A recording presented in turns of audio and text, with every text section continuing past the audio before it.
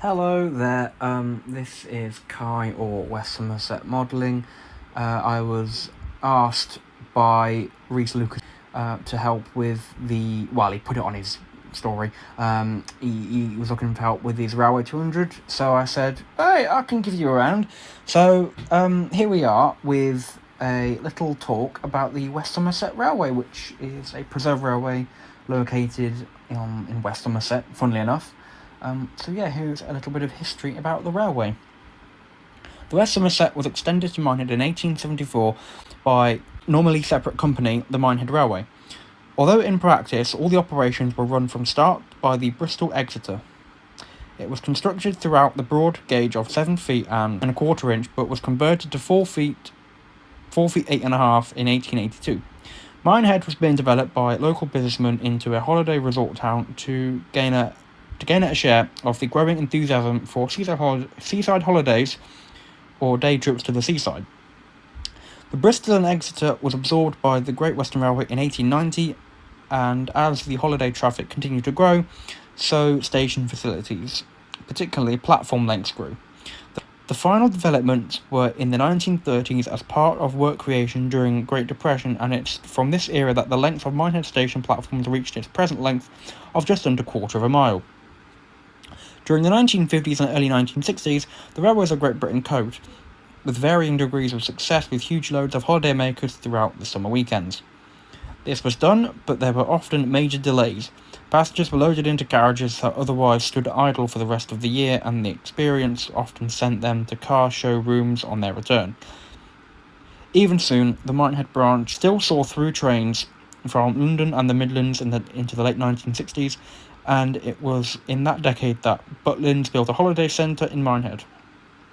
However, the harsh economics reality was that whilst the Minehead branch of British Railways, as it had been nationalised after 1948, made money in the summer, it had lost for the rest of the year.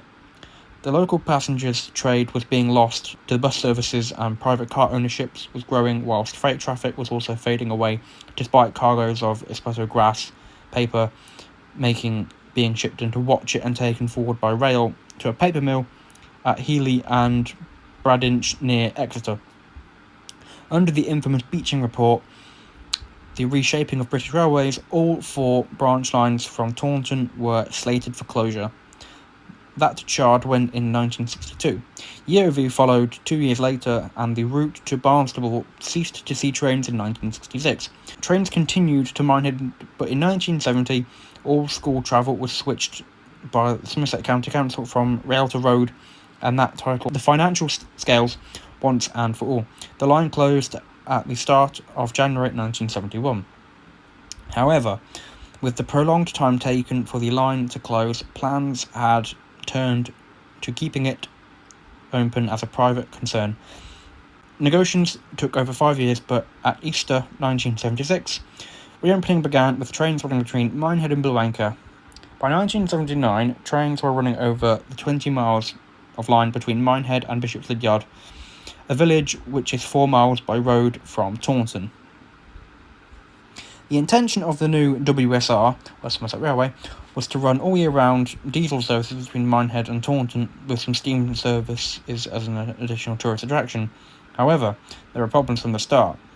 The first stumbling block was that an ancient type of transport history in the southwest England, local bus drivers were members of the National Union of Railwaymen, and the NUR were afraid that revived West Somerset Railway would take business from the local bus routes.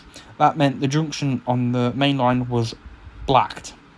So there are no trains running from Bishop's Lydyard to Taunton as of now. There was a couple a few years ago, but it's not done anymore, I don't think. To compound matters, the rapid expansion of the West Somerset Railway rival meant that the company had outgrown its financial strength and was teetering on the edge of bankruptcy. The industrial steam engines purchased were unsuited for 40-mile round trips at the head of passenger trains, and the diesel railcars were suffering reliability problems too. With this reliability problem, a local joke held that WSR stood for Will Something Run. The all-year-round train service was hardly used, and in 1981, British Rail replaced semaphore signalling in the Taunton area with coloured lights, made no provision for West Somerset trains on the reasonable assumption that the West Somerset Railway would not be around much longer. The track, which would have given West Somerset Railway trains access to Taunton station, was torn up and new signals were positioned on the trackbed. As the 1980s began, the picture was at its darkest, but a fight back began. A new board came into place, and sadly nearly all the paid staff were made redundant. Winter services went, plans of trains to Taunton were shelved, and a new focus on developing the line as part of a tourism and leisure came into place. Matters remained tight, and the Somerset County Council showed enormous faith in the future of the project by their support. But by 1986, the corner was turning, more suitable steam engines were entering traffic, and passenger numbers began to rise. In 1989, the West Somerset was able to hire Evening Star, the last steam engine built for British Railways in 1960, and the pattern was set for the future. As income grew, it also became possible to improve the infrastructure during the line. During the rundown in the 1960s, the line had been reduced to basic railway status, with sidings, passing loops being torn up, signal boxes closed and demolished, and the facilities removed. Steadily, these changes have been reversed, although the process continues to this day, with the current fundraising project to being the reinstalment of the full length of the passing loop line at Williton. This work is carried out in line with the practice of the Great Western Railway, wherever that conforms with modern safety standards. Today, the railway carries over 200,000 passengers a year, making it one of the largest attractions in southwest England. There are some 50 paid staff and a key input from 900 volunteers, and trains run on selected dates in all months outside the main season throughout the year, and daily from April to early October.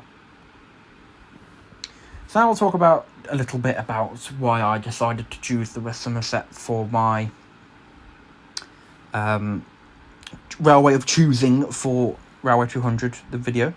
I've been visiting the West Somerset Railway for a long time, and it's just fantastic. It's the best railway in the UK, I'd say.